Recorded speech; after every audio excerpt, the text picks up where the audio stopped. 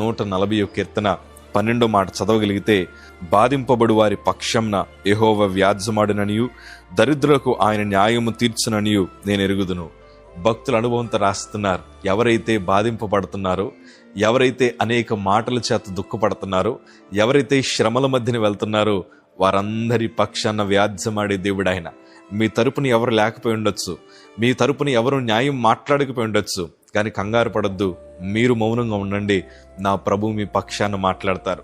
ఎంతమంది అయితే మిమ్మల్ని దుఃఖపరుస్తున్నారో, ఎంతమంది అయితే మీ వెనకాల గోతులు తవ్వుతున్నారో, ఆ పరిస్థితులన్నిటినీ మార్చడానికి నా ప్రభు సిద్ధంగా ఉన్నాడు. ఒక సేవకుడిగా నా సొంత అనుభవాలతో చెప్తున్నానయ్యా, నా ప్రభు మాట్లాడితే చాలు ఘనమైన విజయాలు ఖచ్చితంగా మనకు వస్తాయి.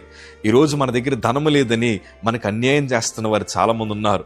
పలుకుబడి లేదని మనకు అనగదొక్కే వారు చాలామంది ఉన్నారు. అది సొంత కుటుంబం అవడం ఇప్పుడు చాలా బాధాకరమైన విషయం. అన్నదమ్ముల మధ్యన ఆస్తి గొడవలు వస్తున్నాయి. కుటుంబ